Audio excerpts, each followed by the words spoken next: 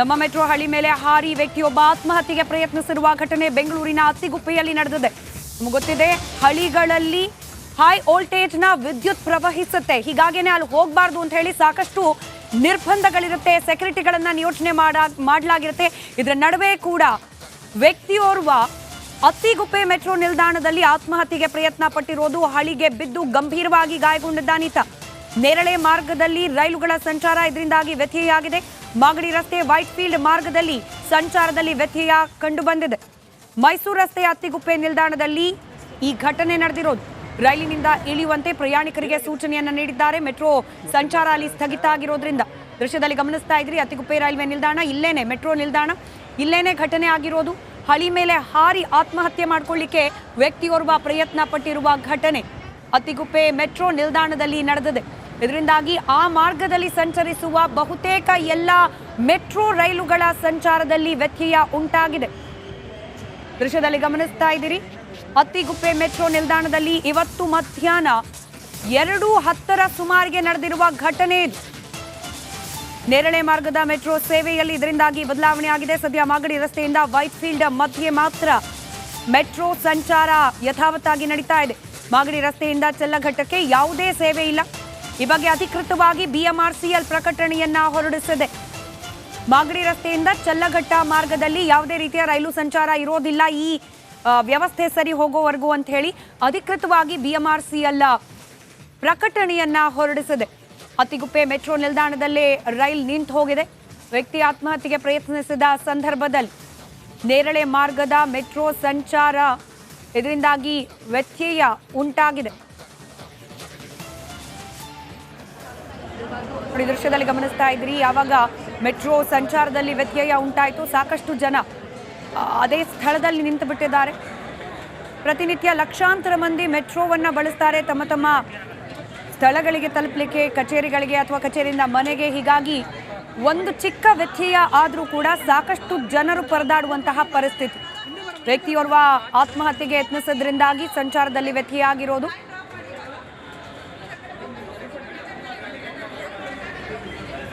ಕೆಲವೇ ಕ್ಷಣಗಳಲ್ಲಿ ನಮ್ಮ ಪ್ರತಿನಿಧಿ ವೀರೇಶ್ ಆದ ಘಟನೆ ಬಗ್ಗೆ ಮತ್ತಷ್ಟು ಮಾಹಿತಿಯೊಂದಿಗೆ ಸಂಪರ್ಕಕ್ಕೆ ಬರ್ತಾರೆ. ದೃಶ್ಯದಲ್ಲಿ ಗಮನಿಸ್ತಾ ಇದ್ದೀವಿ, ಒಂದ್ ಕಡೆ ಎಲ್ಲಿ ಆ ಘಟನೆ ನಡೀತು ಅಂದ್ರೆ ಆತ್ಮಹತ್ಯೆಗೆ ಆ ವ್ಯಕ್ತಿ ಪ್ರಯತ್ನ ಪಟ್ಟ ಸ್ಥಳ ಅಲ್ಲಿನ ದೃಶ್ಯವನ್ನ, ಮತ್ತೊಂದು ಕಡೆಯಲ್ಲಿ ಈ ಮೆಟ್ರೋ ಸಂಚಾರ ವ್ಯತ್ಯಯ ಆಗಿದ್ರಿಂದಾಗಿ ಅಲ್ಲಿ ಜನಸಂದಣಿ ಹೆಚ್ಚಾಗಿರೋದು. ವೀರೇಶ್ ನಮ್ಮ ಪ್ರತಿನಿಧಿ ಲೈವ್ ಸಂಪರ್ಕದಲ್ಲಿ. ವೀರೇಶ್, ಏನಾಯ್ತು ಡೀಟೇಲ್ಸ್ ಹಂಚ್ಕೊಳ್ಳೋದಾದ್ರೆ? ಸ್ಮಿತಾ, ಮಧ್ಯಾಹ್ನ 2:10 ವ್ಯಕ್ತಿಯೊಬ್ಬ ಅತ್ತಿಗುಪ್ಪೆ ಮೆಟ್ರೋ ಸ್ಟೇಷನ್ ಅಂದರೆ ಹಳಿಯ ಮೇಲೆ ಜಿಗಿದಿದ್ದಾನೆ. ಇದೇಗೇನೋ ಸಾವನ್ನಪ್ಪಿದ್ದಾನೆ ಅಂತೇನೋ ಆ ಮೂಲಗಳು ಹೇಳ್ತಿದ್ದಾವೆ. ಹೀಗಾಗಿ ಪೊಲೀಸ್ ಇಲಾಖೆ ಮತ್ತೊಂದು ಕಡೆ ಬಿಎಂಆರ್ಸಿಎಲ್ ಅಧಿಕಾರಿಗಳು ಬಂದೀಗ ಪರಿಶೀಲನೆ ಮಾಡ್ತಿದ್ದಾರೆ. ಯಾಕಂದರೆ ಪದೇ ಪದೇ ಮೆಟ್ರೋ ನಿಲ್ದಾಣಗಳಲ್ಲಿ ಘಟನೆ ಈ ಥರ ಆಗ್ತಾಯಿದೆ. ಇದು 2ನೇ ಘಟನೆ. ಈ ಹಿಂದೆ ಸಹ ಒಬ್ಬ ವ್ಯಕ್ತಿ ಹಳಿಗೆ ಜಿಗಿದು ಅಲ್ಲಿ ಸಹ ಸಾವು ನೋವು ಸಂಭವಿಸಿತ್ತು, ಗಾಯಗಳಾಗಿದ್ದವು. ಬಟ್ ಇದೀಗ ಆ ವ್ಯಕ್ತಿ ಈಗ ಅಂದರೆ ಸೂಸೈಡ್ ಅಟೆಂಪ್ಟ್ ಮಾಡಿಕೊಂಡಿದ್ದಂತೇನೋ ಬಿಎಂಆರ್ಸಿಎಲ್ ಸಿಬ್ಬಂದಿಗಳು ಸ್ಪಷ್ಟನೆ ಪಡಿಸಿದ್ದಾರೆ. ಹೀಗಾಗಿ ಪೊಲೀಸ್ ಇಲಾಖೆ ಮತ್ತು ಬಿಎಂಆರ್ಸಿಎಲ್ ಸಿಬ್ಬಂದಿಗಳು ಪರಿಶೀಲನೆ ಮಾಡ್ತಿದ್ದಾರೆ.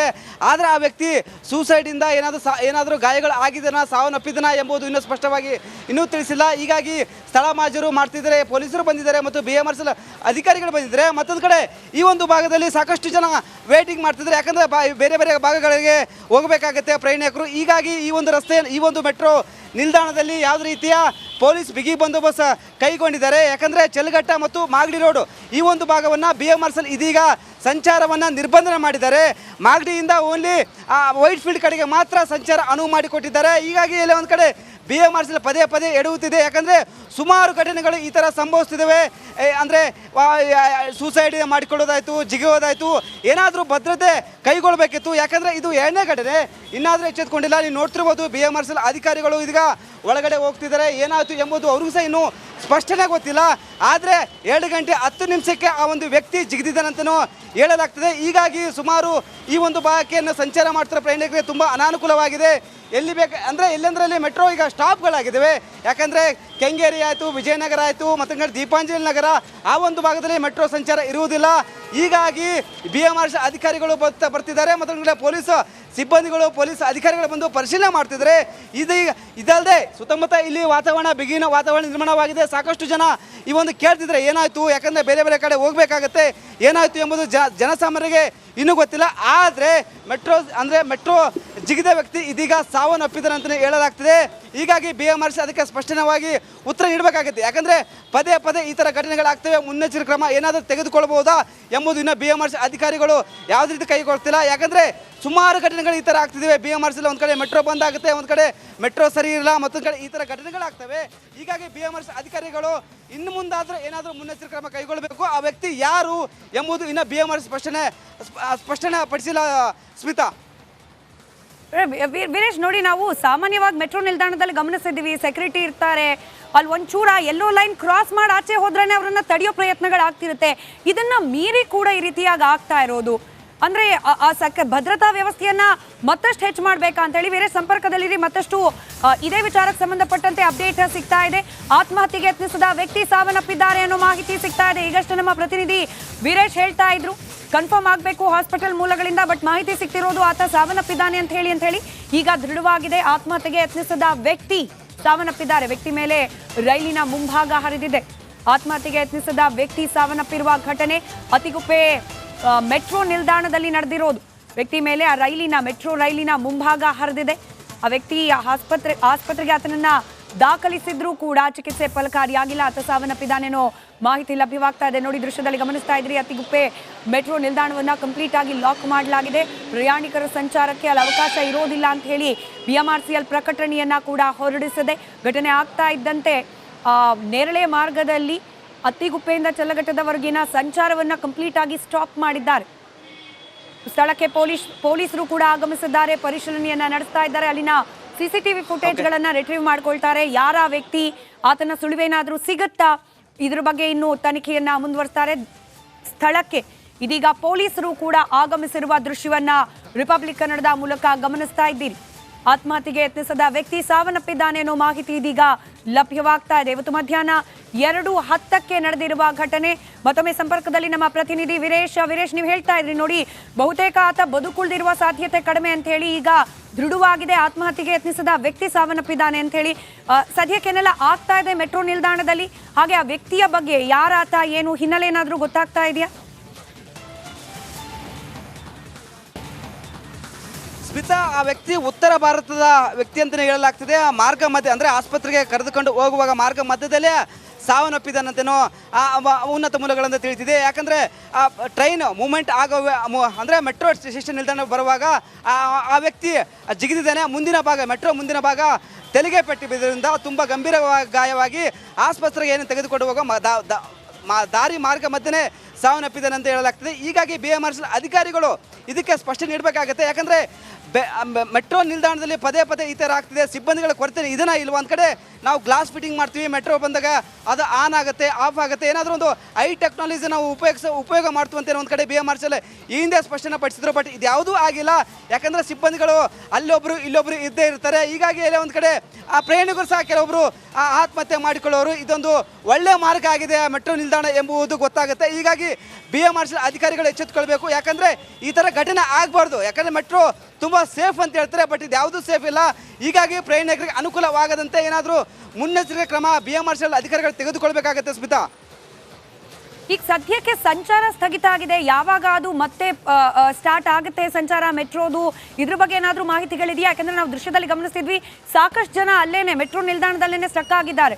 ಇನ್ನು ಬೇರೆ ಬೇರೆ ನಿಲ್ದಾಣಗಳಲ್ಲಿ, ಕನೆಕ್ಟಿಂಗ್ ನಿಲ್ದಾಣಗಳಲ್ಲೂ ಕೂಡ ಜನ ಮೆಟ್ರೋಗೋಸ್ಕರ ಕಾಯ್ತಾ ಇರ್ತಾರೆ. ಸೊ ಅವರ ಗಮನಕ್ಕೋಸ್ಕರ ಯಾವಾಗ ಸರಿ ಹೋಗ್ಬೋದು ಸಂಚಾರ, ಇದ್ರ ಬಗ್ಗೆ ಮಾಹಿತಿ ಇದೆಯಾ? ಸ್ಮಿತಾ, BMRC ಇನ್ನೂ ಸ್ಪಷ್ಟನೆ ನೀಡಿಲ್ಲ ಯಾವಾಗ ಈ ಮೆಟ್ರೋ ಸಂಚಾರ ಆರಂಭವಾಗುತ್ತೆ ಎಂಬುದು. ಇದೀಗ ಅಂದರೆ ಮಾಗಡಿಯಿಂದ ವೈಟ್ ಫೀಲ್ಡ್ ರಸ್ತೆ ಅಂದರೆ ಮಾರ್ಗಕ್ಕೆ ಮಾತ್ರ ಸಂಚಾರ ಅನುವು ಮಾಡಿಕೊಟ್ಟಿದ್ದಾರೆ.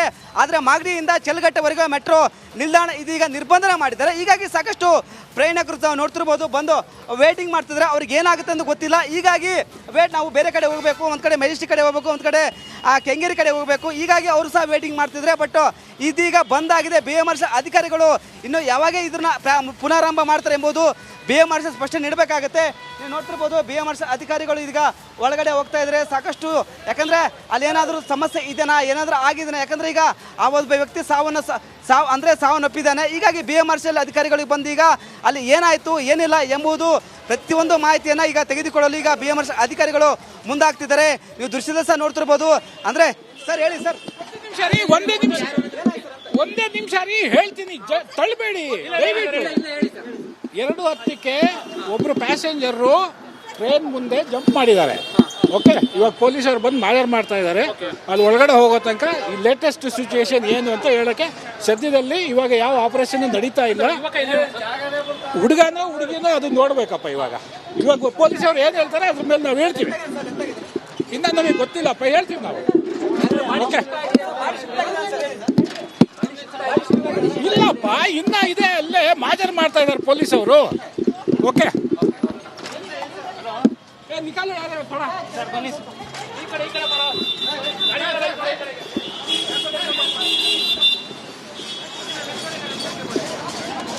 ಸ್ಮಿತಾ, ಆ ವ್ಯಕ್ತಿ ಯಾರೆಂಬುದು ಇನ್ನು BMRCಗೆ ಸ್ಪಷ್ಟಪಡಿಸ್ತಿಲ್ಲ. ಆ ವ್ಯಕ್ತಿ ಬಗ್ಗೆ ನಾವು ವಿವರಣೆಯನ್ನು ಪಡೆದುಕೊಳ್ತಿದ್ದೇವೆ. ಮತ್ತೊಂದು ಕಡೆ ಸ್ಥಳ ಮಾಜರಿ ಮಾಡಬೇಕಾಗತ್ತೆ. ಈಗ ಪೊಲೀಸ್ ಅಧಿಕಾರಿಗಳು ಬಂದಿದ್ದಾರೆ, ನಾವು ಸಹ ಹೋಗ್ತಾ ಇದ್ದೇವೆ. ಏನಾಯಿತು ಏನಿಲ್ಲ ಎಂಬುದು ಸ್ಪಷ್ಟವಾಗಿ ತನಿಖೆ ಮಾಡ್ತೀವಿ. ಅಲ್ಲಿ ಏನಾದರೂ ಸಮಸ್ಯೆ ಇದೆಯಾ, ಯಾಕೆ ಆ ವ್ಯಕ್ತಿ ಜಿಗಿದ, ಆ ವ್ಯಕ್ತಿ ಏನಾದ್ರು ಸೂಸೈಡ್ ಮಾಡಿಕೆ ಮುಂದಾಗಿದ್ದ, ಯಾರಾದರೂ ದಬ್ಬಿದ್ರ, ಪ್ರತಿಯೊಂದು ಮಾಹಿತಿಯನ್ನು ನಾವು ತೆಗೆದುಕೊಂಡು ನಾವು ಸ್ಪಷ್ಟನೆ ಪಡಿಸುವಂತೆ BMRC ಅಧಿಕಾರಿಗಳು ರಿಪಬ್ಲಿಕ್ ಕಾಂಡಕ್ಕೆ ಸ್ಪಷ್ಟನೆ ಪಡಿಸಿದ್ದಾರೆ.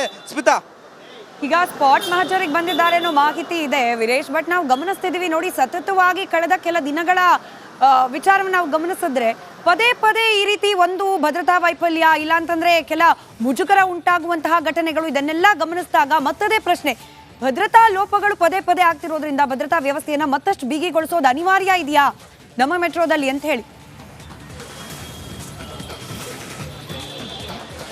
ಸ್ಮಿತಾ, ಭದ್ರತೆ ವಿಚಾರವಾಗಿ ನಮ್ಮ ಮೆಟ್ರೋದಲ್ಲಿ ಅನಿವಾರ್ಯವಿದೆ. ಯಾಕಂದರೆ ಸಾಕಷ್ಟು ಪ್ರಯಾಣಿಕರು ಹೋಗ್ತಾರೆ, ಸುಮಾರು ಲಕ್ಷಾಂತರ ಜನ ದಿನನಿತ್ಯ ತಿರುಗಿ ಓಡಾಡ್ತಾರೆ. ಒಂದು ಕಡೆ ನಮ್ಮ ಮೆಟ್ರೋ ತುಂಬ ಸಿಟಿ ಜನರಿಗೆ ಅನುಕೂಲವಾಗುತ್ತೆ.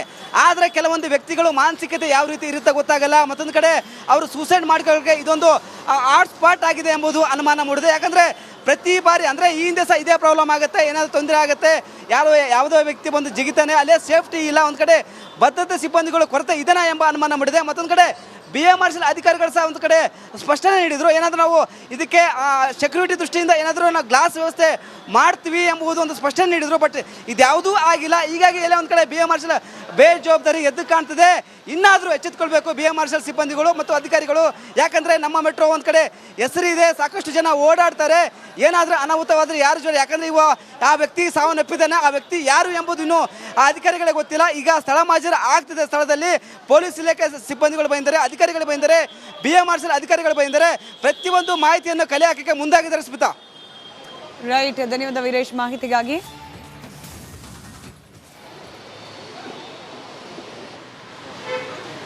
ಈ ಪೊಲೀಸರು ಆಗಮಿಸಿ ಸ್ಥಳ ಮಹಜರನ್ನ ಮಾಡ್ತಾ ಇದ್ದಾರೆ. ಹಾಗೆ ಈ ಆತ್ಮಹತ್ಯೆಗೆ ಮುಂದಾದ ವ್ಯಕ್ತಿ ಯಾರು, ಆತನ ಹಿನ್ನೆಲೆ ಏನು, ಯಾವ ಕಾರಣಕ್ಕೆ ಹೀಗೆ ಮಾಡ್ಕೊಂಡ, ಇದ್ರ ಬಗ್ಗೆ ಮಾಹಿತಿಯನ್ನ ಕಲೆ ಹಾಕೋ ಪ್ರಯತ್ನವನ್ನ ಮಾಡಲಾಗ್ತಾ ಇದೆ. ವ್ಯಕ್ತಿ ಆ ರೈಲಿನ ಮುಂಭಾಗದಲ್ಲಿ ಹಳಿ ಮೇಲೆ ಬಿದ್ದಿದ್ದಾನೆ. ತಕ್ಷಣಕ್ಕೆ ಮೆಟ್ರೋ ರೈಲು ಆತನ ಮೇಲೆ ಹರಿದಿದೆ. ಆತ ಸಾವನ್ನಪ್ಪಿರ್ತಕ್ಕಂಥ ಘಟನೆ ಅತ್ತಿಬೆಲೆ ಮೆಟ್ರೋ ನಿಲ್ದಾಣದಲ್ಲಿ ಈ ಘಟನೆ ನಡೆದಿದೆ. ಚಂದ್ರ ಲೇಔಟ್ ಪೊಲೀಸರು ಸ್ಥಳಕ್ಕೆ ಬಂದಿದ್ದಾರೆ, ಪರಿಶೀಲನೆಯನ್ನ ನಡೆಸ್ತಿದ್ದಾರೆ. ನಮ್ಮ ಪ್ರತಿನಿಧಿ ವೀರೇಶ್ ಅಲ್ಲಿ ಸ್ಥಳಕ್ಕೆ ಬಂದಂತಹ ಮೆಟ್ರೋ ಅಧಿಕಾರಿಯೊಬ್ಬರನ್ನ ಮಾತನಾಡಿಸೋ ಪ್ರಯತ್ನವನ್ನ ಮಾಡಿದ್ರು. ಆ ಸಂದರ್ಭದಲ್ಲಿ ಅವರು ಕೂಡ ಹೇಳ್ತಿದ್ದಿಷ್ಟೇ, ಮಾಹಿತಿಗಳು ನಮಗೂ ಇನ್ನೂ ಲಭ್ಯವಾಗಿಲ್ಲ. ಉತ್ತರ ಭಾರತ ಮೂಲದ ವ್ಯಕ್ತಿಯೋರ್ವ ಈ ರೀತಿಯಾಗಿ ಮಾಡಿದ್ದಾನೆ ಅನ್ನೋದಷ್ಟೇ ಮಾಹಿತಿ ನಮಗೆ ಸಿಕ್ಕಿದೆ. ಈಗಷ್ಟೇ ಪೊಲೀಸರು ಬಂದಿದ್ದಾರೆ, ಮತ್ತಷ್ಟು ಮಾಹಿತಿಯನ್ನ ತಿಳ್ಕೊಳ್ಳೋ ಪ್ರಯತ್ನವನ್ನ ಮಾಡ್ತಾ ಹೋಗ್ತೀವಿ ಅಂತ ಹೇಳ್ತಾ ಇದ್ರು. ಇದೇ ಅಧಿಕಾರಿ ದೃಶ್ಯದಲ್ಲಿ ಗಮನಿಸ್ತಾ ಇರುವವರು. ತಕ್ಷಣಕ್ಕೆ ಘಟನೆ ಆಗ್ತಾ ಇದ್ದ ಹಾಗೆ ಆ ಭಾಗದ ಮೆಟ್ರೋ ಸಂಚಾರಕ್ಕೆ ಬ್ರೇಕ್ ಹಾಕಲಾಗಿದೆ. ಕೆಲ ಪ್ರಯಾಣಿಕರು ಮೆಟ್ರೋ ರೈಲ್ನಲ್ಲಿ ಏನಿದ್ರು ಅವ್ರನ್ನೆಲ್ಲರನ್ನ ಕೆಳಗಿಳಿಸಿ ಪರ್ಯಾಯ ವ್ಯವಸ್ಥೆಯನ್ನು ಮಾಡಿಕೊಳ್ಳುವಂತ ಸೂಚಿಸಲಾಗಿದೆ. ಇಡೀ ಆ ಮೆಟ್ರೋ ನಿಲ್ದಾಣವನ್ನ ಕೂಡ ಖಾಲಿ ಮಾಡಿಸಲಾಗ್ತಾ ಇದೆ. ಪೊಲೀಸರು ಆ ಜಾಗಕ್ಕೆ ಆಗಮಿಸಿ ಇಡೀ ಮೆಟ್ರೋ ನಿಲ್ದಾಣವನ್ನ ತಮ್ಮ ಸುಪರ್ದಿಗೆ ತೆಗೆದುಕೊಂಡಿದ್ದಾರೆ. ಸ್ಪಾಟ್ ಮಹಜರನ್ನ ಮಾಡ್ತಾ ಇದ್ದಾರೆ. ಇವತ್ತು ಮಧ್ಯಾಹ್ನ 2:10 ಸುಮಾರಿಗೆ ನಡೆದಿರ್ತಕ್ಕಂಥ ಘಟನೆ ಇದು. ಅತ್ತಿಗುಪ್ಪೆ ಮೆಟ್ರೋ ನಿಲ್ದಾಣದಲ್ಲಿ ಮೆಟ್ರೋ ಹಳಿ ಮೇಲೆ ಬಿದ್ದು ಯುವಕನೋರ್ವ ಆತ್ಮಹತ್ಯೆಗೆ ಶರಣಾಗಿರುವ ಘಟನೆ.